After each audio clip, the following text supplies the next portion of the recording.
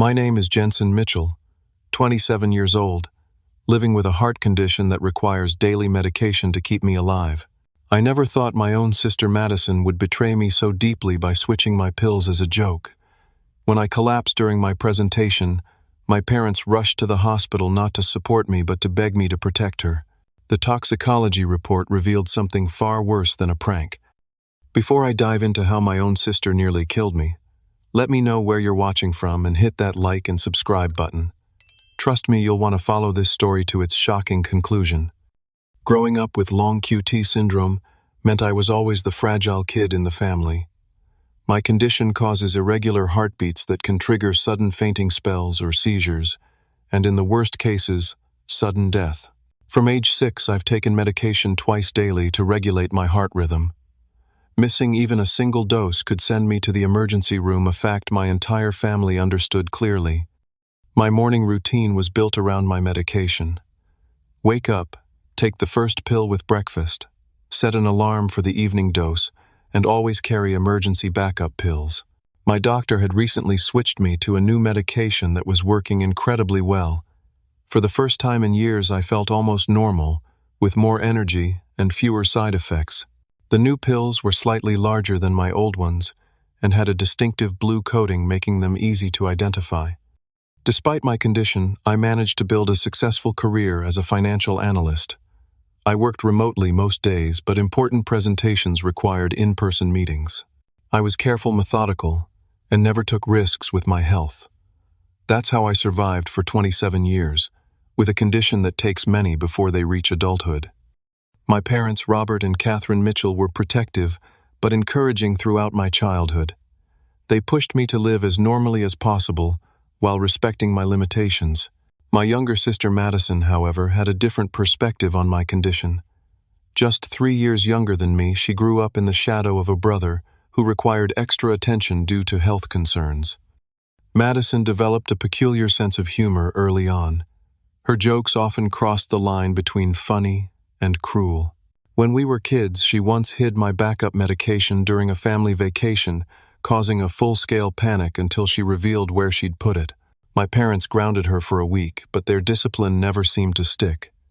"She's just being a kid," my dad would say. "She doesn't understand the severity." But Madison wasn't a kid anymore, and as we grew older, her pranks became more sophisticated and malicious. By the time I reached my mid-20s, the dynamic in our family had shifted. I had secured a good job with Lincoln Financial Group, bought my own condo, and was building a stable life despite my health challenges. Madison, meanwhile, bounced between jobs, accumulated debt, and frequently moved back home with our parents.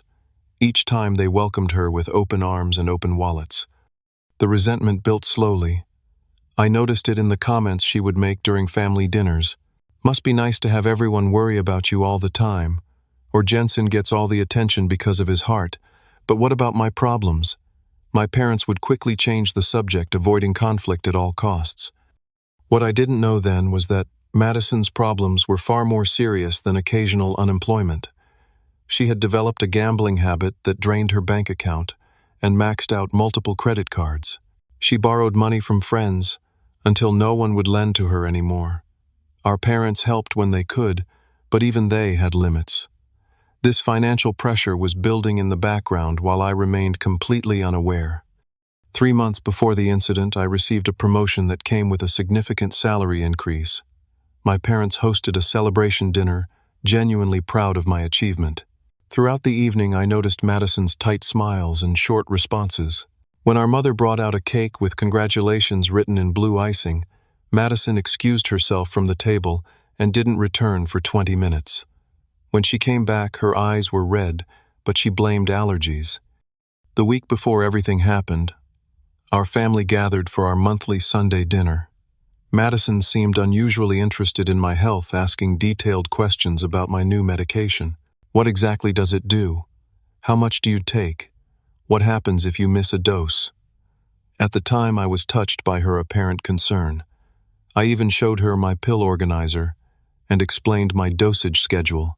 She held one of the pills, examining its blue coating, before handing it back. "Be careful with those," I joked. "They cost $400 a month, even with insurance." "Wow," she said, raising her eyebrows. So you're literally swallowing money every day. The morning of my collapse, I noticed something slightly off about my pills. The blue coating seemed duller and they felt lighter in my hand. In my rush to prepare for my presentation, I dismissed these observations. That split-second decision nearly cost me my life. The day started like any other. I woke up at 6:30, showered, had breakfast, and took my morning medication with a full glass of water. I had a crucial presentation scheduled at 11, outlining a new investment strategy for one of our biggest clients. I'd been preparing for weeks, and this could mean a substantial bonus if everything went well. By 8 o'clock, I noticed something wasn't right. A slight dizziness came over me as I reviewed my presentation notes. My heart felt fluttery in my chest, a sensation I recognized as an irregular rhythm starting. I checked my pulse, finding it faster than normal, but not dangerously so. I attributed the symptoms to nerves about the presentation and took some deep breaths to calm myself. At 9:30, I arrived at the office and set up in the conference room. The dizziness had intensified, and I was now experiencing cold sweats. Colleagues commented that I looked pale, but I insisted I was fine. Just presentation jitters, I told them. Just stress. By 10:45, as people began filing into the conference room, I was fighting to maintain my composure. My vision occasionally blurred, and I felt a heaviness in my chest that I recognized as a warning sign. I should have called for help then, but the room was filling with executives and important clients. I convinced myself I could get through the hour-long presentation. I managed the first 10 minutes successfully, though I later learned from colleagues that my speech was becoming noticeably slurred. At 12 minutes in, while explaining a graph on the projection screen, the room began to spin. I gripped the edge of the table, trying to steady myself. My heart felt like it was trying to escape my chest, pounding irregularly and rapidly. "Jensen, are you okay?" my manager asked, rising from his seat. I opened my mouth to respond, but no words came out. The room tilted sideways, and then everything went black. I later learned that I collapsed face first onto the conference table, sending water glasses and laptops crashing to the floor. I began convulsing, a seizure triggered by my irregular heartbeat. My colleague Thomas immediately called 911, while our company's safety officer performed CPR until paramedics arrived. The next thing I remember is the harsh fluorescent lights of the emergency room ceiling. The steady beep of a heart monitor told me I was stable, at least for now. A doctor leaned over me, her expression serious. "Mr. Mitchell, you're in Memorial Hospital. You had a cardiac event. Can you tell me what medications you take?" My mouth was dry, and my voice came out as a croak. I listed my medications and explained my condition. The doctor frowned, making notes on her clipboard.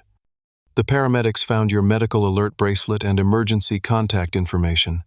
Your family has been notified and should be here soon." Within the hour, my parents rushed into the room, faces pale with worry. Madison trailed behind them, unusually quiet. While my mother fussed over me, adjusting my pillows and asking the nurses countless questions, I noticed Madison hanging back near the door.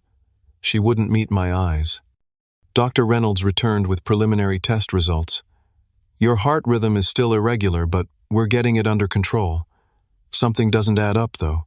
The symptoms you experienced aren't typical for a missed dose of your medication. I'd like to run a toxicology screen to see what might be in your system."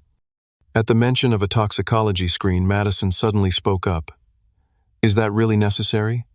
He probably just forgot to take his meds correctly." I frowned at her. "I never miss my medication, you know that." An uncomfortable silence filled the room. My father cleared his throat and suggested my mother and he get coffee from the cafeteria. As they left, I stared at Madison until she finally met my gaze. "What did you do?" I asked quietly, already knowing something was very wrong. She bit her lip, tears welling in her eyes. "It was just supposed to be a joke, Jensen. I didn't think it would be this serious." "What did you do?" I repeated, my voice stronger. "I switched your pills," she whispered. "Just the ones in your morning container. I replaced them with some pills that looked similar. I just wanted you to miss your presentation." She wiped at her eyes. "You're always so perfect, always succeeding at everything despite your heart. I just wanted you to fail at something for once." The betrayal hit me like a physical blow. My own sister had tampered with my life-saving medication for a joke. to make me fail. What pills did you give me, Madison? What exactly did I take this morning? She shook her head frantically. Just some over-the-counter stuff. Sleep aids, I think.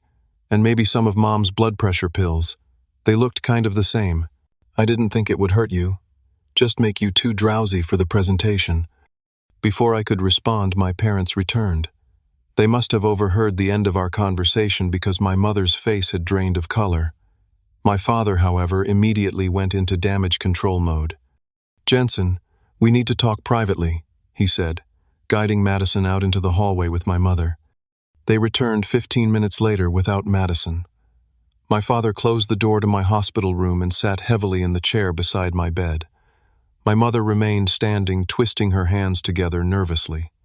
"Your sister made a terrible mistake," my father began, "but she never meant to hurt you. She didn't understand what would happen. She switched my heart medication, Dad. She knows exactly what that medication does. We've only talked about it my entire life." "She's going through a rough patch right now," my mother interjected. "She's been struggling with some personal issues." My father leaned forward. "Jensen, we're asking you not to involve the police in this. She's your sister. This would ruin her life." I stared at them in disbelief. She could have ruined my life. Permanently. I could have died in that conference room. "But you didn't," my father said quickly. "You're okay. No permanent damage done." "We're not saying what she did wasn't wrong," my mother added. "She'll get help, we promise. But please don't press charges against your own sister." I closed my eyes, suddenly exhausted by more than just my medical condition. The people who had always protected me were now asking me to protect someone who had deliberately put my life at risk. "I need time to think," I finally said. "I can't make any decisions right now." They seemed relieved by my non-committal answer, apparently taking it as a sign I might eventually agree. Little did any of us know that the situation was about to become much more serious. The next morning, Dr. Reynolds entered my room with a folder in her hands and a grim expression on her face. My parents and Madison were sitting beside my bed, having arrived early with coffee and breakfast sandwiches in a transparent attempt to butter me up. "I need to speak with Mr. Mitchell," Dr. Reynolds said firmly. "Alone, please." My father started to object, but the doctor cut him off. "This is a private medical matter. I must insist." Reluctantly, my family filed out of the room. Madison glanced back at me, her face a mask of anxiety. Once the door closed, Dr. Reynolds pulled a chair close to my bed and opened the folder. "Mr. Mitchell, the results of your toxicology screen have come back," she said, her voice professional, but with an undercurrent of concern I hadn't heard before. What I found island, deeply troubling. She turned the paper toward me, pointing to highlighted sections of chemical compounds I didn't recognize. Her face had turned noticeably pale. "These aren't just random over-the-counter medications," she explained.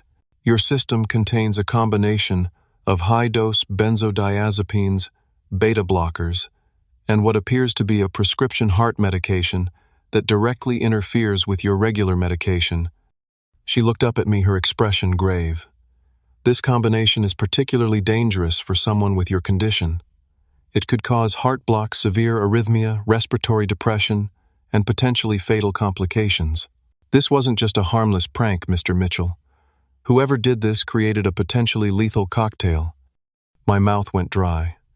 My sister admitted to switching my medication, but she claimed it was just sleep aids and maybe some blood pressure pills. Dr. Reynolds shook her head. "These aren't casual medications someone would have lying around. The benzodiazepines are prescription strength, much higher than any over-the-counter sleep aid. And the particular beta blocker in your system is specifically contraindicated for patients with long QT syndrome. It's literally one of the first medications listed as "do not take for your condition." She closed the folder and met my eyes directly. "Mr. Mitchell, as your physician, I have a professional and legal obligation to report suspected intentional poisoning to the authorities. This combination suggests knowledge and intent beyond a simple prank." The room seemed to tilt again, but this time from shock rather than medication effects. "You're saying my sister tried to kill me?" "I'm saying that whoever gave you these medications either knew exactly what they were doing or was criminally negligent. The specific combination found in your system is consistent with what we sometimes see in intentional overdose cases. My mind raced trying to process this information. Madison had always been jealous, resentful, and prone to cruel pranks, but attempted murder. It seemed incomprehensible, yet the evidence was right in front of me. I need some time to think, I said, my voice barely above a whisper. Of course, Dr. Reynolds replied, standing. But I should inform you that I've already notified hospital security about the situation, and they've contacted the police as a precautionary measure. An officer will likely want to speak with you today. After she left, I sat in silence for several minutes, trying to make sense of what I'd just learned. My own sister had given me a combination of drugs that could have killed me. Was it possible she didn't know that she had randomly selected pills that happened to form a lethal combination for someone with my condition? The coincidence seemed too great. When I felt steady enough, I asked a nurse to send my family back in. They entered cautiously, my father immediately asking what the doctor had wanted.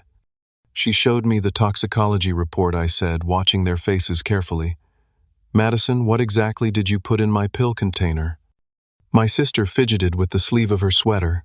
Just what I told you. Some sleep stuff and maybe a few of Mom's pills. I don't remember exactly.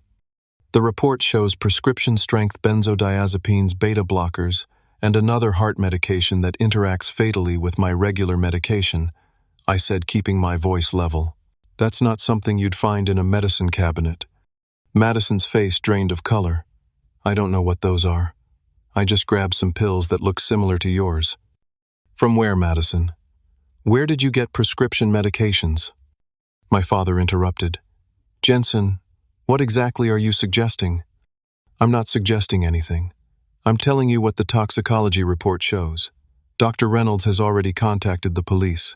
She says this looks like intentional poisoning, not a prank. The room erupted into chaos. Madison burst into tears, my mother gasped and began to deny everything, and my father raised his voice, demanding to speak to the doctor immediately.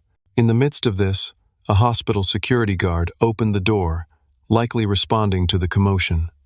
Is everything okay in here? He asked, eyeing my visibly distraught family. No, I said firmly. Everything is not okay. I need my family to leave my room right now. Jensen, you can't be serious, my mother pleaded. We're your family, my father insisted. We need to handle this together. The security guard stepped fully into the room. Sir, the patient has asked you to leave. I need to escort you out. With obvious reluctance, my parents headed for the door. Madison remained frozen, tears streaming down her face. Jensen, please, she whispered. I didn't know.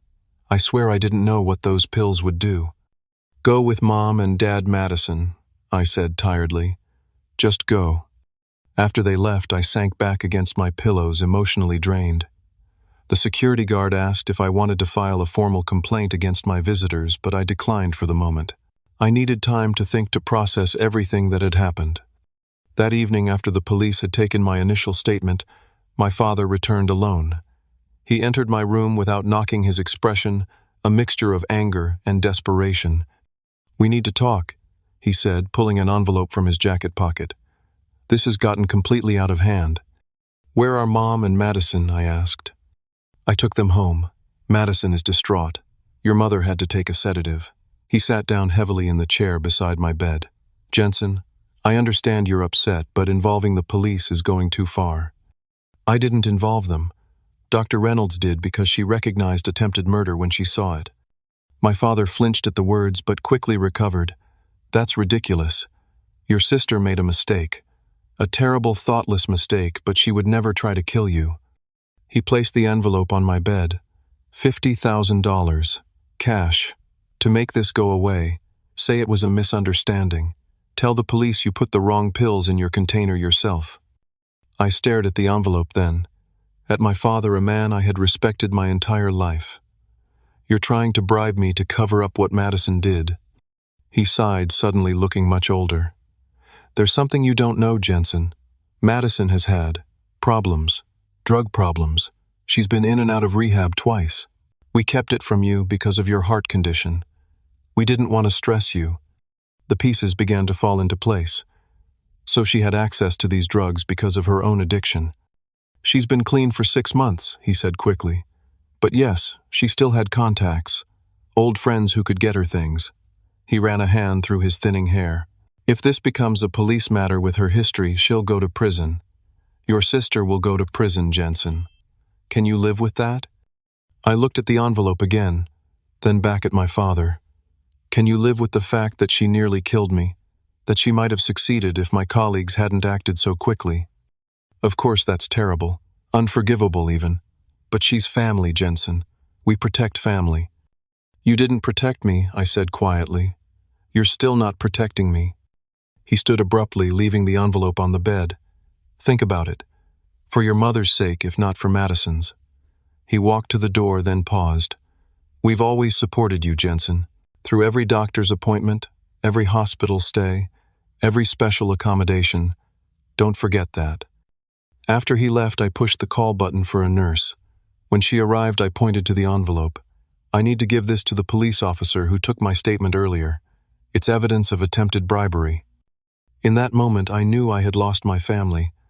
But they had lost me first, the moment they chose Madison's freedom over my life. Detective Amanda Harris arrived the following morning, a compact woman with sharp eyes and a no-nonsense demeanor. She'd already reviewed the toxicology report and spoken with Dr. Reynolds. Mr. Mitchell, I understand this is difficult, but I need to ask you some specific questions about your sister and your family dynamics, she said, pulling out a small recorder. Do I have your permission to record our conversation? I nodded, and she pressed a button on the device. When did you first notice your medication had been tampered with, she asked. I explained about the slight differences I'd noticed in the pills, but had dismissed in my morning rush. I described Madison's unusual interest in my medication during our family dinner the previous week. I told her about Madison's history of inappropriate pranks and the growing resentment over my recent professional success. And you believe your sister obtained these prescription medications through contacts from her own past drug use? Detective Harris asked, referencing my father's revelation. That's what my father indicated. I wasn't aware of her drug problems until yesterday. She made a note. We'll need to collect the pill container and any remaining medication for evidence. We'll also need access to your phone records and any text messages between you and your sister. The investigation moved quickly. Police obtained a warrant to search Madison's apartment, where they found several prescription bottles without labels. They discovered internet searches on her laptop for drug interactions with long QT syndrome and untraceable poisons. Most damning of all, they found a text conversation with someone named Ryan discussing how Jay's problem will be solved soon and how they would celebrate when the insurance money comes through. I learned I had a life insurance policy I hadn't been aware of, taken out by my parents when I was diagnosed with long QT syndrome. It was intended to cover final expenses if my condition proved fatal. Madison was listed as the primary beneficiary, set to receive $500,000 upon my death. Through all this, the pressure from my family intensified. My parents called constantly, leaving voicemails that ranged from pleading to threatening. Extended family members I barely spoke to suddenly reached out, urging me to keep this a family matter and consider what this will do to your parents. My mother's sister told me I was killing your mother with stress and asked if that was what I really wanted. The narrative they spread was that Madison had made an innocent mistake, that she had confused medications, that she never intended harm. They painted me as vindictive and unforgiving, willing to destroy my sister's life over a misunderstanding. Some relatives even suggested my medical condition had affected my thinking, that I wasn't remembering events clearly. The isolation would have been unbearable if not for an unexpected ally. Elijah Carter, one of the nurses who had cared for me during my first day in the hospital, became a source of support and encouragement. He had witnessed Madison's confession and my parents' reaction, and he made a point to check on me even after I was no longer assigned to his care. What you're doing takes courage, he told me during one of his visits. Standing up to family is one of the hardest things in the world. Elijah helped me document my ongoing symptoms and provided copies of my hospital records for the investigation. He connected me with a patient advocate who could help navigate the legal aspects of my case. Most importantly, he listened without judgment when I needed to process the overwhelming emotions of betrayal. 3 weeks after my collapse, Detective Harris returned with new information. Madison's boyfriend Ryan had been brought in for questioning and had quickly turned on her to save himself. He claims Madison approached him about finding ways to, and I quote, solve her financial problems permanently, Detective Harris explained. According to Ryan, she specifically asked about medications that would interact badly with your heart condition. He says he helped her research drug interactions but thought it was just talk. He didn't believe she would actually go through with it. Do you believe him? I asked. Not entirely, she admitted. We found text messages where he provided specific instructions on which medications to obtain and how to crush and repackage them to look like your prescription. He's facing charges as an accomplice. The scope of Madison's planning was staggering. This wasn't a spontaneous prank or a moment of jealous impulse. She had researched, prepared, and executed a plan designed to end my life, while making it appear to be a tragic complication of my existing condition. As the evidence mounted, my parents' tactics changed. My father hired Gregory Palmer, one of the most expensive criminal defense attorneys in the state, to represent Madison. Palmer immediately began a campaign to discredit the evidence, suggesting that the police had mishandled the toxicology samples and that Madison's internet searches were taken out of context. The story leaked to local media, generating public interest and support. While my parents tried to keep Madison's name out of the press, mine was fair game. I received messages of support from strangers who were horrified by what had happened to me, but also threatening messages from people who believed I was destroying my family over a misunderstanding. My health suffered under the stress. I developed insomnia and anxiety, my heart rhythm becoming erratic enough that Dr. Reynolds recommended I take a leave of absence from work. The company was understanding, having witnessed my collapse firsthand, but the financial strain added to my worries. The medical bills were mounting, and although insurance covered most expenses, the deductibles and copays were substantial. Through it all, the question that haunted me was simple. How could my sister hate me enough to want me dead? We had our differences and rivalries, but I had never imagined her capable of this level of malice. Had the signs been there all along? Had I been blind to the depth of her resentment? These questions led to a breaking point when my parents arranged what they called a family meeting at their home. They promised it would just be the four of us, a chance to talk things through before the situation progressed further. Desperate for answers, and perhaps for reconciliation, I agreed to attend. I should have known better. When I arrived, I found not just my parents and Madison, but a dozen extended family members. Aunts, uncles, cousins, even my elderly grandmother had been brought in for what was clearly an intervention. Not for Madison, the would-be murderer, but for me, the victim who refused to quietly forgive and forget. We're here because we love you, Jensen. My mother began, her voice quavering. We want our family to heal. What followed was 2 hours of coordinated emotional manipulation. Madison performed a tearful apology, claiming she had been in a dark place and wasn't thinking clearly. She insisted she never meant to hurt me, just to make me miss my presentation. My relatives took turns explaining how family forgiveness was a virtue, how pressing charges would only create more pain, how I needed to be the bigger person. Through it all, I remained silent, letting them exhaust their prepared speeches. When they finally finished, expectant eyes turned to me, waiting for my capitulation. Is that all? I asked quietly. Jensen, my father said warningly. No, I want to be sure everyone has had their say. I looked around the room. Because now I'll have mine. I stood addressing the assembled family. Madison didn't make a mistake. She didn't accidentally grab the wrong pills. She researched which medications would interact fatally with my heart condition. She acquired those specific drugs. She carefully replaced my life-saving medication with a combination designed to kill me. Protests erupted, but I raised my voice over them. The police have the evidence. Internet searches, text messages planning my death, discussions about collecting my life insurance. I turned to my parents, and instead of being horrified that one of your children tried to murder the other, you've done everything possible to protect her and pressure me. My father stood now too, his face red with anger. We've done everything for you, your entire life, Jensen. Everything. And this is how you repay us, by trying to send your sister to prison. She tried to kill me, Dad. She nearly succeeded. If you go through with this, he said, his voice low and dangerous. "You are no longer our son. Do you understand you will be dead to this family?" The room fell silent. My mother let out a small sob. Madison stared at the floor. I looked at my father, a man who had coached my little league teams, who had sat by my hospital bed through countless scares, who had taught me to drive and helped me move into my first apartment. "I was already dead to this family," I said finally. "The moment you chose Madison over me, the moment you decided her freedom was worth more than my life, I was already gone." I walked out of that house knowing I would never return. The family I had known and loved was gone, replaced by strangers who valued appearances over truth and loyalty over justice. I was entirely alone. Or so I thought. When I reached my car, I found I couldn't drive. My hands were shaking too badly to grip the steering wheel. I called the only person I could think of.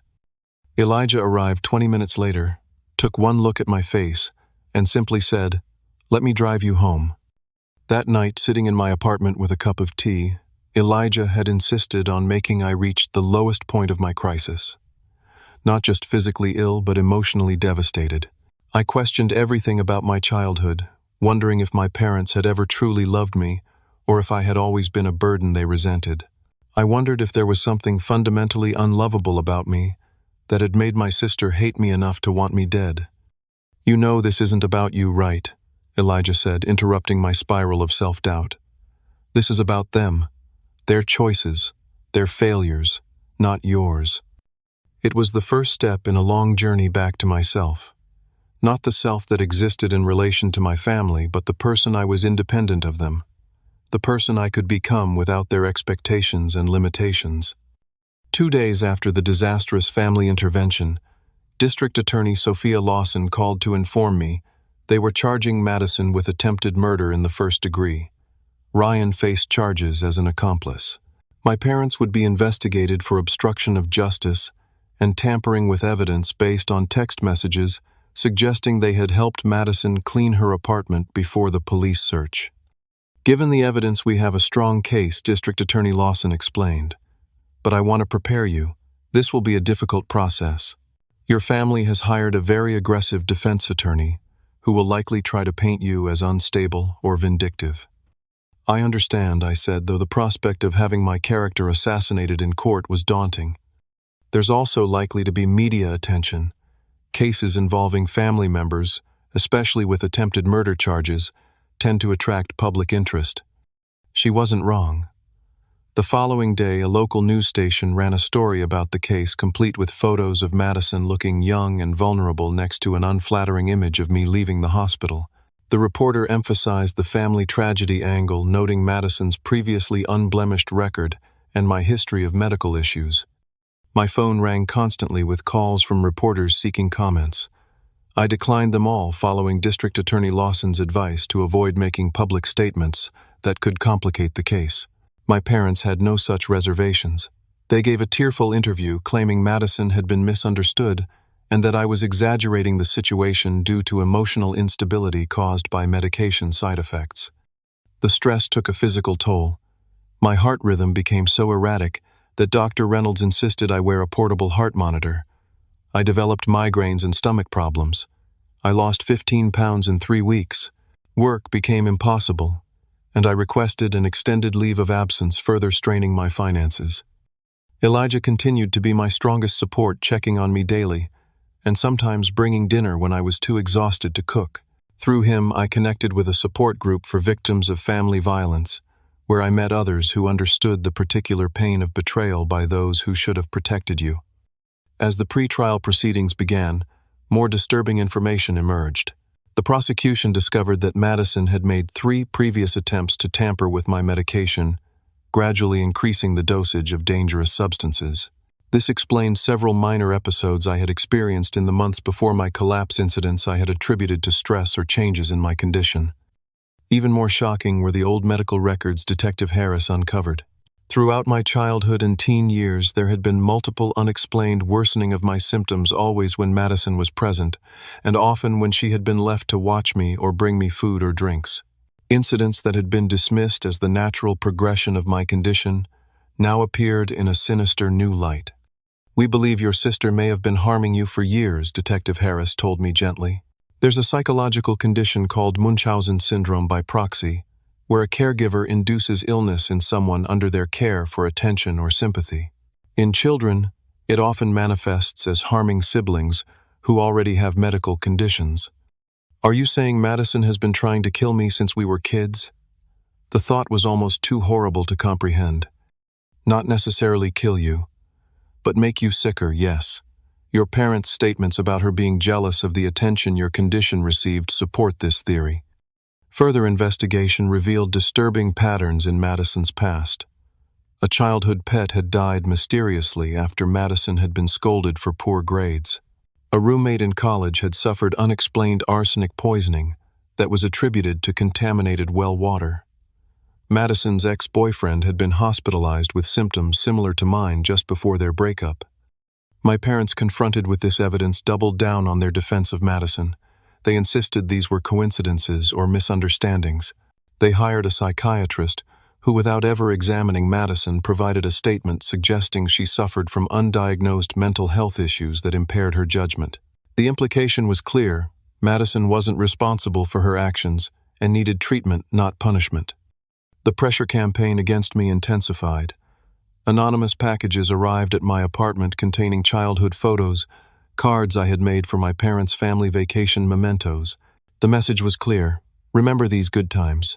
Remember your loyalty. Drop the charges. When these tactics failed, the approach turned nastier. Rumors spread among extended family that I had always been jealous of Madison, that I was exaggerating what happened for attention, that I was mentally unstable. My father's threat to disown me became reality when I received legal documents showing I had been removed from my parents' will. A letter from their attorney informed me I was no longer welcome at family properties and should arrange to collect any personal belongings I had stored at their home. The final blow came when my mother's sister, Aunt Patricia, arrived unannounced at my apartment. I had always been close to her, spending summers at her lake house and confiding in her about struggles with my condition. I let her in, hoping perhaps one family member might be on my side. Your mother hasn't slept through the night since this started, she began without preamble. Your father's blood pressure is through the roof. Is this really what you want? To destroy everyone who loves you? They're defending someone who tried to kill me, Aunt Patricia. Multiple times, apparently. She waved this away. Madison needs help, not prison.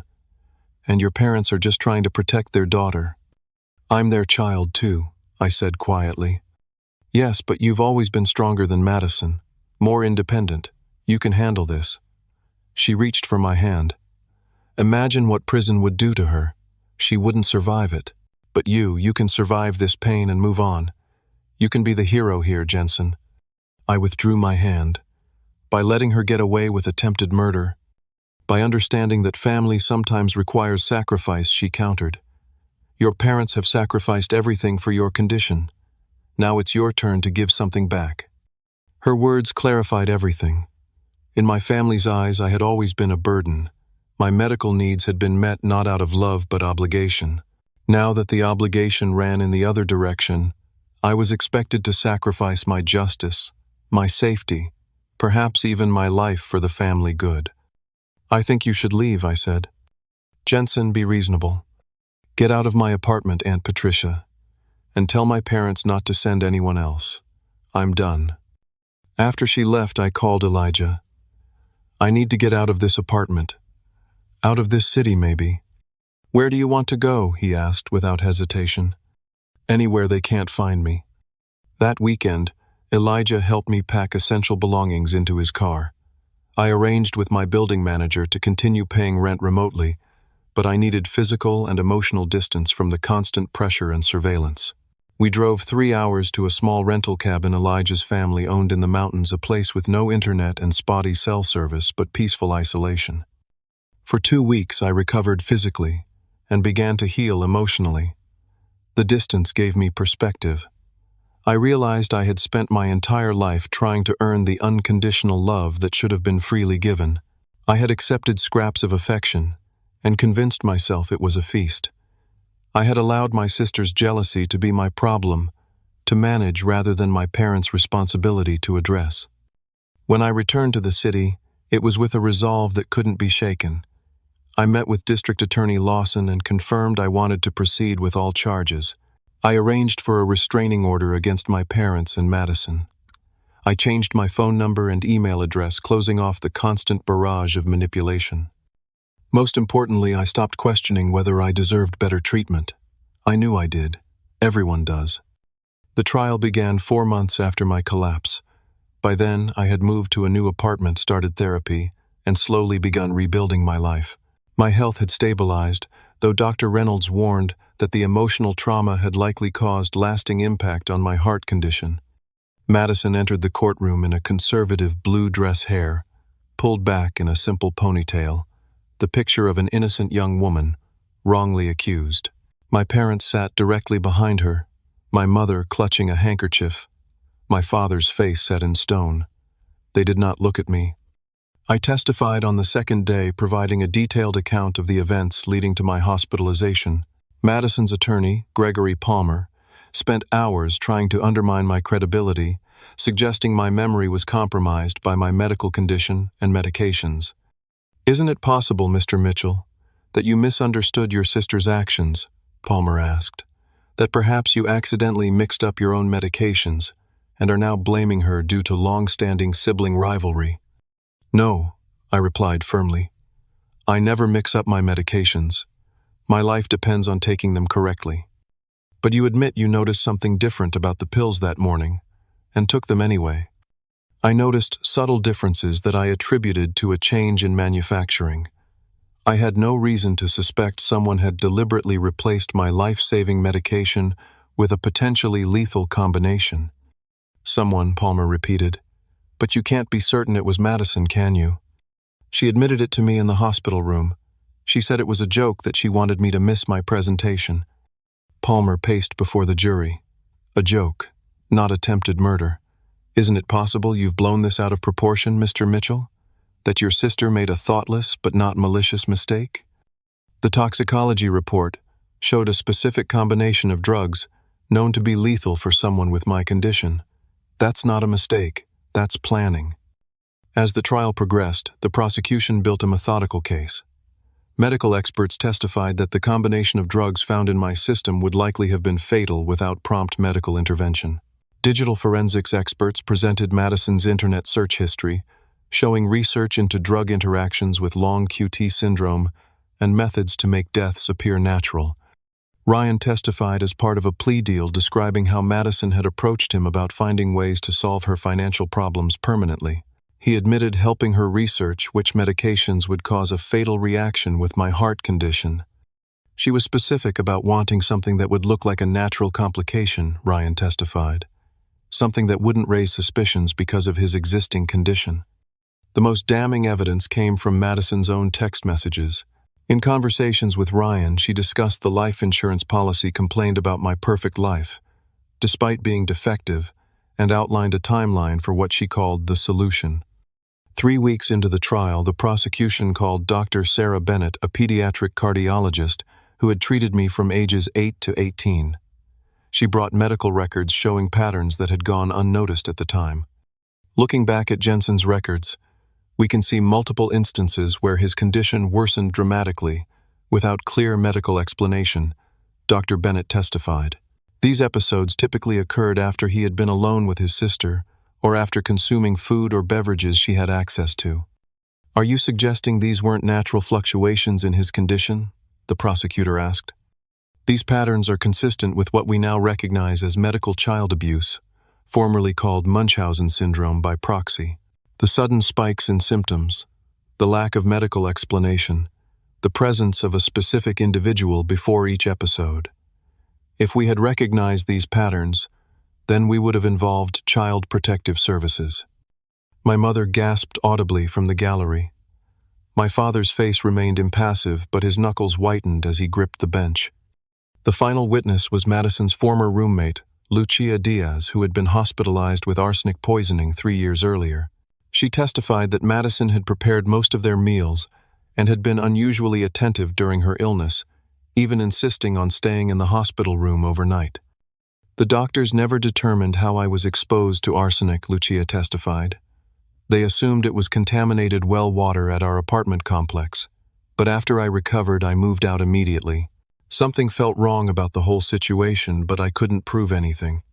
When the defense presented their case, they focused primarily on Madison's mental state, bringing in a psychiatrist who had evaluated her after her arrest. Dr. Marcus Fuller testified that Madison suffered from borderline personality disorder and narcissistic tendencies that impaired her judgment and ability to feel empathy. Madison experiences emotions differently than most people, Dr. Fuller explained. She has difficulty understanding the consequences of her actions and often feels intense jealousy and abandonment fears that can trigger impulsive behavior. On cross-examination, however, the prosecution established that personality disorders did not prevent Madison from understanding right from wrong or planning complex actions. Would someone with borderline personality disorder understand that tampering with heart medication could cause death? The prosecutor asked. Yes, Dr. Fuller admitted. They would understand the concept even if they might not fully process the emotional reality of those consequences. The defense called character witnesses former teachers and friends who described Madison as kind and generous. They presented an alternative narrative where Madison, struggling with undiagnosed mental illness and financial problems, had made a terrible mistake without understanding the consequences. My parents both testified, describing Madison as a troubled but loving daughter who had always lived in the shadow of a chronically ill brother. They portrayed our family dynamic as challenging but ultimately loving with everyone, making sacrifices for the greater good. We always tried to treat our children equally, my mother testified tearfully. But Jensen's condition required extra attention, extra care. Madison sometimes felt left out, and perhaps that created resentment over time. But she would never deliberately harm her brother. Never. When my father took the stand, he spoke directly to the jury, his voice steady and authoritative. Our family has been torn apart by these accusations. Madison made a thoughtless mistake, yes, but she's not a murderer. She's a young woman who needs help, not punishment. Neither of them looked at me once during their testimony. In closing arguments, the prosecution emphasized the premeditation evident in Madison's actions. This was not a prank gone wrong, the prosecutor told the jury. This was a carefully planned attempt to kill Jensen Mitchell and make it appear to be a natural death from his existing condition. The defendant researched lethal drug interactions, obtained specific medications, and replaced her brother's life-saving pills with a deadly combination. She discussed her plans with her boyfriend and anticipated collecting life insurance money. These are the actions of someone who intended to commit murder. The defense made a final appeal to sympathy. Madison Mitchell is a troubled young woman who made a terrible mistake, Palmer argued. She never intended to cause serious harm to her brother. She's not a calculating killer, but a person in need of mental health treatment. Sending her to prison won't serve justice. It will only compound this family tragedy. After 3 days of deliberation, the jury returned their verdict, guilty of attempted murder in the first degree.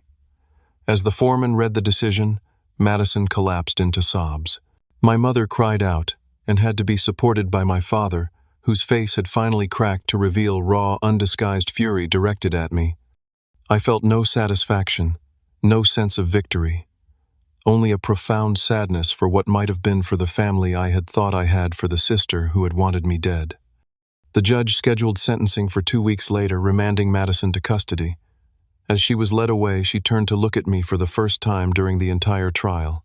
Her expression wasn't of remorse or even anger, but something closer to confusion, as if she still couldn't understand why her actions had led to this moment. Outside the courthouse, reporters shouted questions about my reaction to the verdict. I declined to comment, focusing instead on making my way through the crowd to where Elijah waited. He had attended every day of the trial, a steady, supportive presence in a sea of hostility. "It's over," he said, simply taking my arm to guide me through the throng. But it wasn't over, not really. The trial had ended, but the aftermath was just beginning. My family was irreparably shattered. My sister faced years in prison. My parents would likely face their own legal consequences for obstruction. And I had to find a way to build a life from the ashes of everything I had believed about my past. In the 6 months following Madison's sentencing to 20 years in prison with possibility of parole after 12, I embarked on the most difficult journey of my life, not fighting a physical illness which I had experience with, but healing from the invisible wounds of betrayal and abandonment. The first weeks were the hardest. I moved through my days in a fog, going through the motions of existence without fully participating. I returned to work but requested a transfer to a different department where I wouldn't have to face the colleagues who had witnessed my collapse. I avoided social gatherings and ignored messages from acquaintances curious about the family drama they'd seen in the news. My parents faced misdemeanor charges for obstruction of justice and tampering with evidence. They accepted a plea deal that included probation and community service, avoiding jail time but acquiring criminal records. They sold the family home and moved 3 states away, presumably to escape the notoriety the case had brought. They made no attempt to contact me before leaving. Madison began sending letters from prison almost immediately. The first few expressed rage, blaming me for destroying her life. Later, ones shifted to manipulation, reminiscing about childhood memories and asking if I really wanted my only sister to waste her youth behind bars. I read each one searching for some acknowledgement of the harm she had caused, some genuine remorse that might help me make sense of what had happened. I never found it. Therapy became my lifeline. Dr. Rachel Wilson specialized in family trauma and betrayal, and she helped me understand that my family's dysfunction went far deeper than I had realized. What you're describing suggests patterns that were established long before Madison's final attempt on your life, Dr. Wilson explained during one session. The family system was organized around denying problems rather than addressing them. Your parents enabled Madison's behavior because acknowledging the truth would have required them to take responsibility. But why, I asked? Why choose her over me, especially when the evidence was so clear? Sometimes parents identify more strongly with one child, often the one who most reflects their own unresolved issues. From what you've described, your parents saw themselves as victims of circumstance, just as Madison portrayed herself. You, with your resilience and determination despite your health challenges, represented something they couldn't face about their own choices. These insights didn't erase the pain, but they helped me stop searching for a logical explanation that would never come. My family's choices weren't about me. They reflected their own limitations, their own brokenness. Support came from unexpected places. The support group for family violence victims became a surrogate family of sorts. These strangers who had experienced similar betrayals understood what many others couldn't. They didn't ask why I couldn't just forgive and move on. They recognized the profound rupture that occurs when those meant to love you cause deliberate harm. Elijah remained a constant presence, his friendship gradually evolving into something deeper. He understood my hesitation to trust my fear of vulnerability. He gave me space when I needed it, and steady companionship when isolation became too heavy. 6 months after the trial, we acknowledged what had been growing between us and began dating cautiously, mindfully. "I'm pretty damaged goods," I warned him one evening. "We all are in some way," he replied. "Some damage is just more visible than others." My health improved as the stress of the trial and family pressure subsided. Dr. Reynolds adjusted my medication, and the portable heart monitor eventually became unnecessary. I still had a chronic condition that required management, but the mysterious flare-ups that had plagued me throughout childhood never recurred. The revelation that many of those episodes had likely been induced by Madison was simultaneously validating and horrifying. 1 year after my collapse, I received a letter from the prison chaplain who worked with Madison. He requested a meeting, saying Madison had been participating in therapy and had expressed desire to make amends. After considerable reflection and discussion with Dr. Wilson, I agreed to visit the prison. Madison looked smaller somehow, her prison uniform hanging loosely on her frame. The confident, vibrant sister I remembered seemed diminished, though her eyes still held that familiar intensity. "Thank you for coming," she said, her voice surprisingly formal. "The chaplain said you wanted to talk," I replied, keeping my own voice neutral. What followed wasn't the heartfelt apology I might have hoped for, but it was perhaps more honest. Madison acknowledged what she had done without excuses about mental illness or misunderstandings. She couldn't explain why she had targeted me specifically, only that her resentment had built over years, until it crystallized into a conviction that her life would improve if I were gone. "I don't expect forgiveness," she said at the end of our conversation. "I don't deserve it. But I wanted you to know that I understand now what I did, and I'm sorry for whatever that's worth." It wasn't closure exactly. The damage was too extensive, the betrayal too profound for such a neat resolution, but it was something, an acknowledgement of reality, if nothing else. 2 weeks later, I visited my parents in their new home. The meeting was even more difficult than the one with Madison. Unlike her, they remained entrenched in denial, insisting they had only ever tried to protect both their children. "We lost everything because of this," my father said bitterly. "Our reputation, our savings, our daughter's future. I almost lost my life." I reminded him quietly. "That was never going to happen," my mother insisted. "Madison wouldn't have gone through with it. She was just acting out." I realized then that they would never acknowledge the truth. Their reality was too firmly constructed around their self-image as good parents caught in impossible circumstances. Accepting Madison's true intentions and their own role in enabling her would require a complete dismantling of that identity. I left, knowing it was the last time I would see them, not because of anger or resentment, but because there was no authentic relationship possible with people who could not or would not recognize reality. The parents I had loved existed primarily in my childhood memories, not in these strangers who had chosen comfortable lies over painful truth. 18 months after my collapse, I moved to a new city accepting a job offer that represented both professional advancement and a fresh start. Elijah applied for positions at nearby hospitals and joined me 3 months later. We found an apartment with large windows and filled it with plants and books and light. My new cardiologist, Dr. Chen, was impressed with how well I managed my condition. Many patients with long QT syndrome struggle with the psychological aspects of a chronic heart condition, he observed during our first appointment. "You seem to have developed remarkable resilience." "I've had a lot of practice," I told him, thinking not just of my physical health challenges, but the emotional ones as well.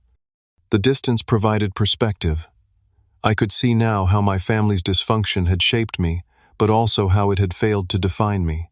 I had survived not just Madison's attempt on my life, but years of subtle undermining gaslighting and emotional manipulation. That survival wasn't just luck or medical intervention. It was a testament to something within me that had always recognized my own worth, even when those who should have valued me most did not. Life isn't perfect now. I still have days when grief ambushes me, when I mourn the family I thought I had, and the sister who might have been my friend rather than my would-be murderer. I still manage a chronic health condition that requires daily attention and occasional medical interventions. But these challenges exist alongside joy, purpose, and genuine connection. I've learned that family isn't defined by blood, but by love in action. It's found in friends who show up consistently, in partners who see your vulnerabilities as areas to protect rather than exploit, in communities built on mutual support rather than obligation and guilt. My chosen family might be smaller than my biological one, but it's built on a foundation of truth and respect rather than denial and manipulation. The most profound lesson from this experience is that we can't control how others treat us, but we can decide what treatment we're willing to accept. For too long, I accepted scraps of conditional love because I feared the alternative of no love at all. I now understand that healthy relationships aren't about convincing others of your worth. They're about connecting with people who already recognize it. If you're watching this and something in my story resonates with your own experience, know that you deserve better than betrayal disguised as love. Healthy families don't ask members to sacrifice their safety, dignity, or truth to maintain appearances. Real love doesn't require you to make yourself smaller or deny your reality. Have you ever had to choose between truth and family loyalty? What would you have done in my situation? Share your thoughts in the comments below. And if this story touched you, please like and subscribe. Your support helps me continue sharing these difficult but important personal experiences. Thank you for listening to my story, and remember that sometimes the family we build is more healing than the one we're born into.